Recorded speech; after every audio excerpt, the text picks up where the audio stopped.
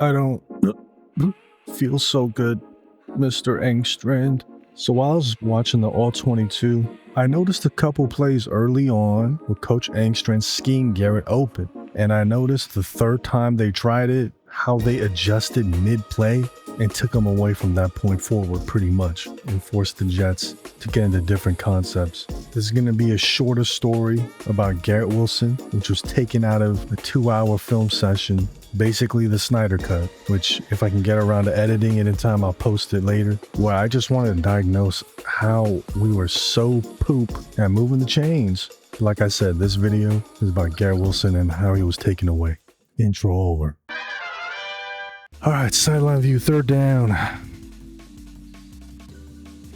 We just overthrew it. Oh, that's a really good concept. We just fucking missed. Overthrew that shit. You can see this receiver kind of create the cushion for Garrett to run this. And I actually like this play.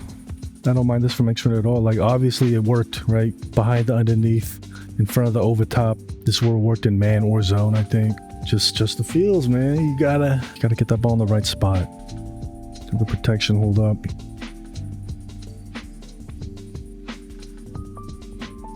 Damn, man, that was supposed to work. That's such a shame. Got the O-line sliding this way. Man pass block here.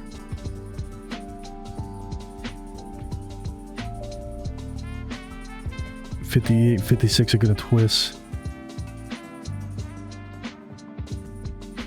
I mean, we picked it up no problem. Thank God we got a 3v2 on the right because Bosa's concerning me. Damn, man, we just gotta get that ball in the right spot. So I was about to like go off on Engstrand there, but at that point, I really like that play call because you gotta try what worked for you, and you're not just gonna get away from it unless they give you a reason to, and that point has not happened yet. And then he ran a pass play where Garrett was schemed wide open, just couldn't fucking hit him, unfortunately. Here's our next series.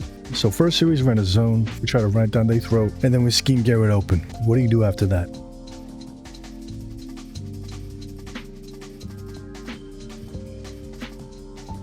See, I like that. It didn't work. They had the worst possible outcome. But Engstrand-wise, you see how hard the Bills were plugging the run. And I think I mentioned that, ooh, if this was a play action, that would have been dope. So what's the first thing that he did on the next play? Said, bet, play action. So as far as like the armchair coaching me, like, yo, run a play action next series, like he high-key did that.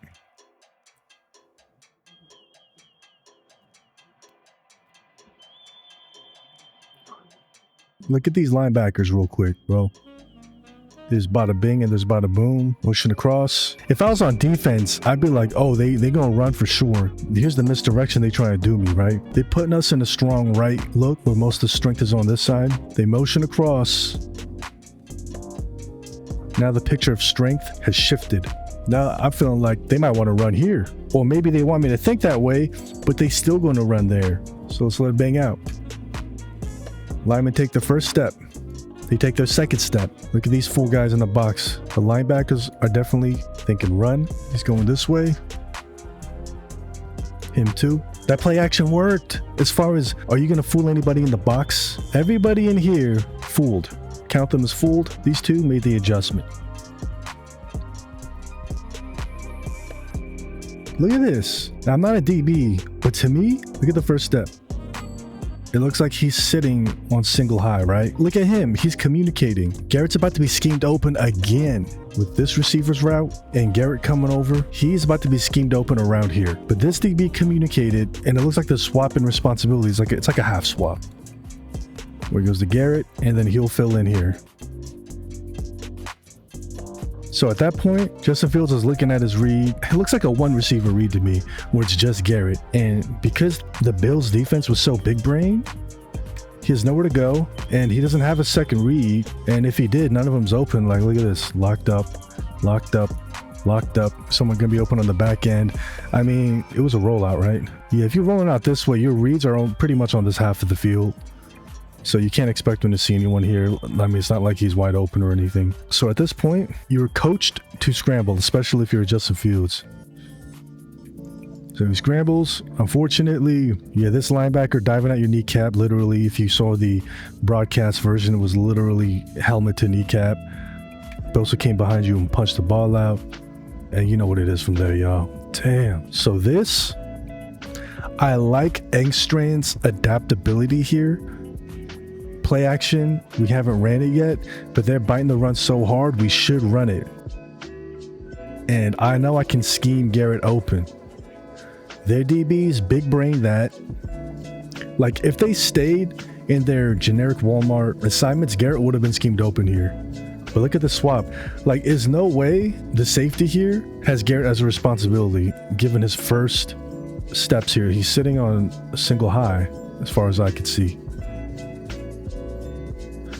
And only after this communication with this DB, they do a half swap. So this is the Bills just being a tier better than us. We won the rock, paper, scissors as far as play call, but as far as during the play adjustment, like, they slap us in the face here.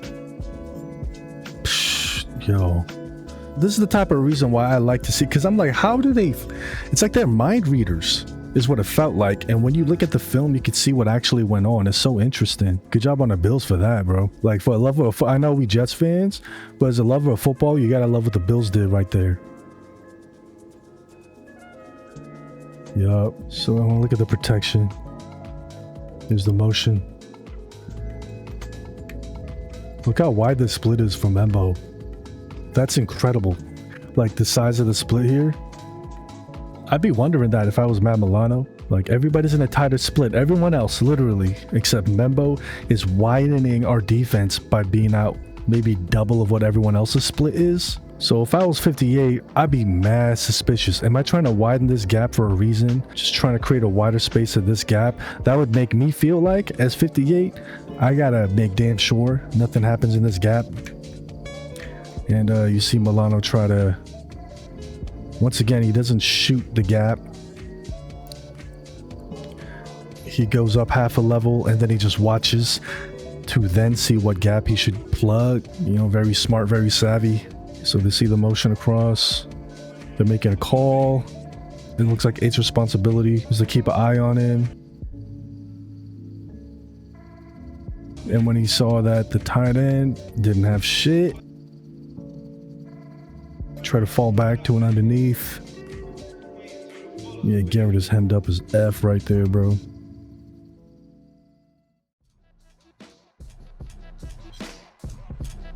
Damn that Bosa, man. If I felt people behind me, like, I don't know, like, that's tough. I mean, that's a really good punch out. You know they're gonna try to punch it out. Fuck. They just made the goddamn play fair and square.